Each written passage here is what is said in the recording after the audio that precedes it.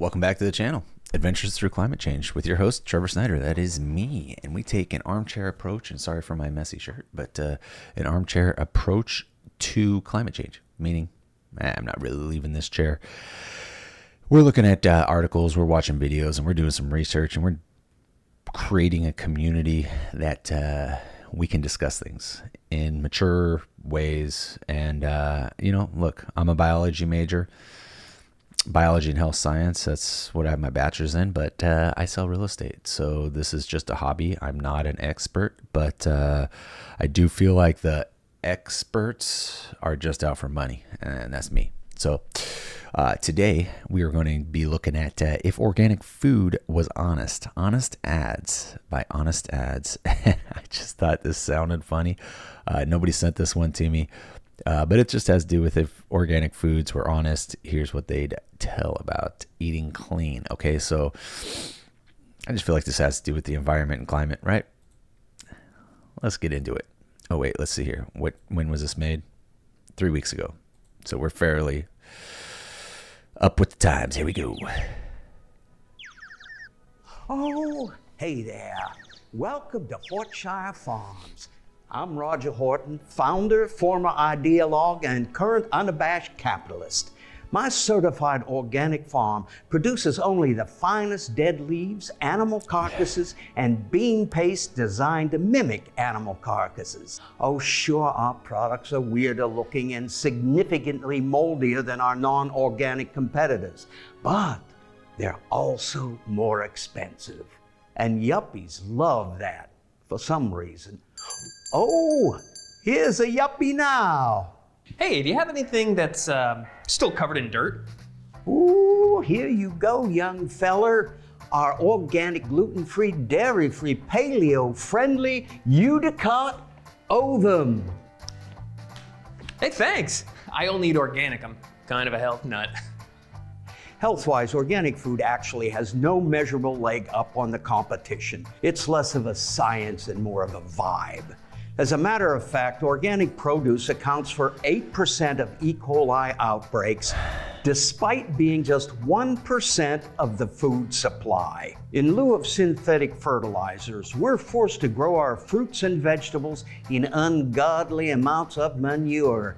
For all you know, that apple is slathered in 10 coats of Duke. Okay, but if I wash off the Duke, it still has more, vitamins and stuff, right? We'll certainly imply that with clever semantics and just the right shades of tan and green to make you think our cheese balls were hand-poofed by artisan elves up in the Keebler tree. I spend more money on market research and graphic design every year than some countries bring in with blood diamonds. Just so you'll feel like Popeye when you're slurping down a silty tube of insoluble laxatives. The truth is, no one really knows what organic means. This guy's smiling. Well, that's not true. Organic food is produced without using harmful chemicals. That's objectively better for us and for the planet. That's true. We can't use synthetic pesticides on the produce we sell you, or even the grain we feed to our walking hamburgers. But we do use natural pesticides, and there's no proof that those are any better for the environment. Organic poison is still poison, but as long as our packaging includes a cartoon of a sun-kissed elderly farmer or an anthropomorphic avocado with sunglasses and a massive hog, you'll feel like Captain Goddamn Planet in the checkout aisle. Well, that can't be true. It doesn't all just come down to marketing. Doesn't the government regulate this stuff? Well, they'll certainly pretend to. The USDA looks the other way while the farmers and farm inspectors pinky promise that everything's on the up and up. In truth, organic farming fraud is extremely hard to prove and can actually be a very lucrative business. Or so I'm told. The largest known organic food con went on for nearly a decade. Long story short, if you ate organic grains between 2010 and 2017, there's a good chance that no, you didn't. Okay, maybe organic farming still has a few kinks to work out, but it's still more ethical than traditional commercial farming, right? Oh, I don't know.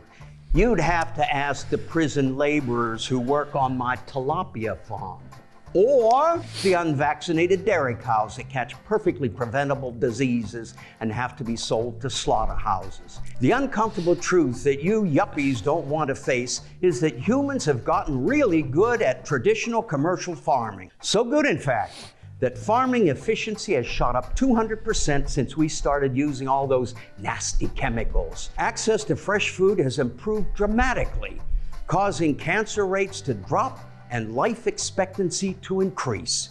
But even armed with that knowledge, you keep buying organic because soulless corporations like Hort Foods have carved an arbitrary set of food purity standards into your fragile psyche. Man, I just came here to get weird apples to make my friends think I'm morally superior. What the hell is food purity? Exactly. It's a social engineering tactic used by MLMs, cults, even world religions. They manipulate their acolytes by telling them which foods are good and which are evil. Diet and morality are inextricably linked in the organic food movement. That way, I can lodge my brand in your brain while you stuff my goods up your guts. Organic food is your religion. Gluten-free flax nibblers are your communion wafers. Dandelion kombucha is your sacramental wine. I'm a traditional polyamorist, but point taken. Face it, you're tithing to my brand, you're preaching my gospel, you're worshiping at the organic altar once a week. All that just to prove your moral superiority while contributing nothing but good vibes to the world. Okay, you know what? I'm just gonna go find a sidewalk fruit cart. I'm sure there's nothing weird going on with those. Oh, but you can't leave. You've eaten of the forbidden fruit. You can never unlearn this grim wisdom. You're stuck here forever. What the hell, man? I got pickleball at 6. Eat Hortshire Farms if you know what's good for you. You still have to pay for those. I've been Roger. Hey, do not sell your Central Florida house before doing this. If you just do this one little thing before selling your house. Let's move on to this. Okay, so what are my thoughts? Okay, I already liked it. Okay, that guy was hilarious. Good, old guy. I love jokes like that. Organic. Is it that great? I don't know. You know, we looked at a lot of different farming videos and what we looked at in the past, and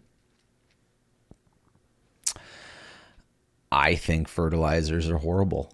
I think it's destroying the soil and destroying the earth, and I think we should stop using those type of fertilizers. I think we are getting cancers from the fertilizers. I think everything is way too processed. Our food has way too many chemicals. I think when we read ingredient labels, I don't think it truly has all the ingredients. I just, I just think that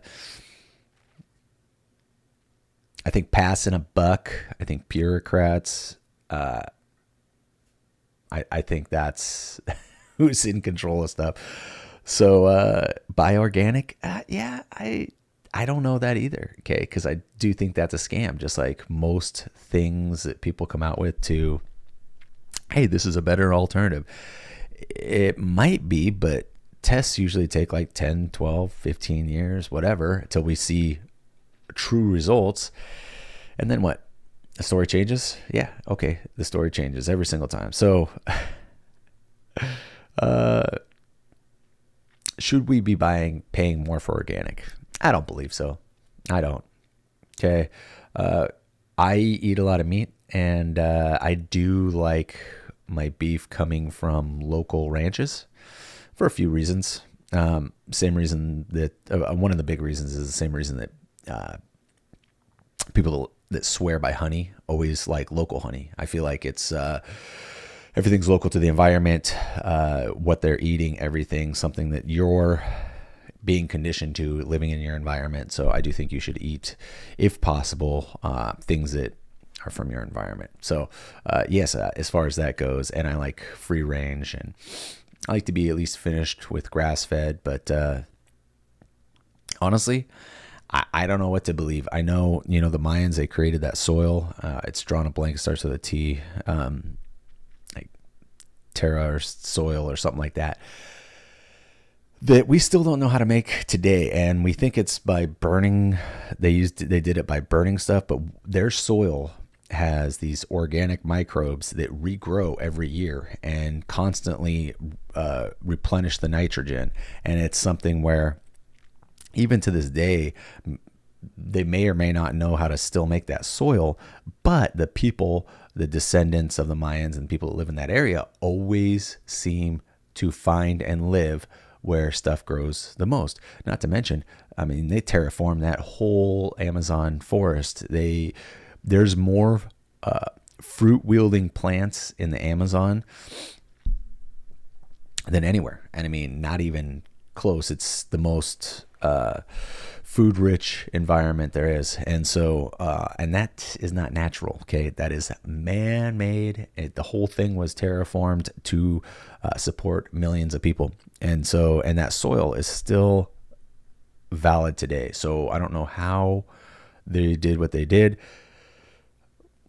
Obviously, we've lost some technology, because what we do to the soil today, horrible. Okay. So organic or not, I don't know. I thought that would be kind of funny, and I thought it'd produce a good discussion, and then I still get to talk about whatever afterwards. So if you liked the video, then either like them or like my video or subscribe to me or them or whatever. But I do hope to see you in the next video.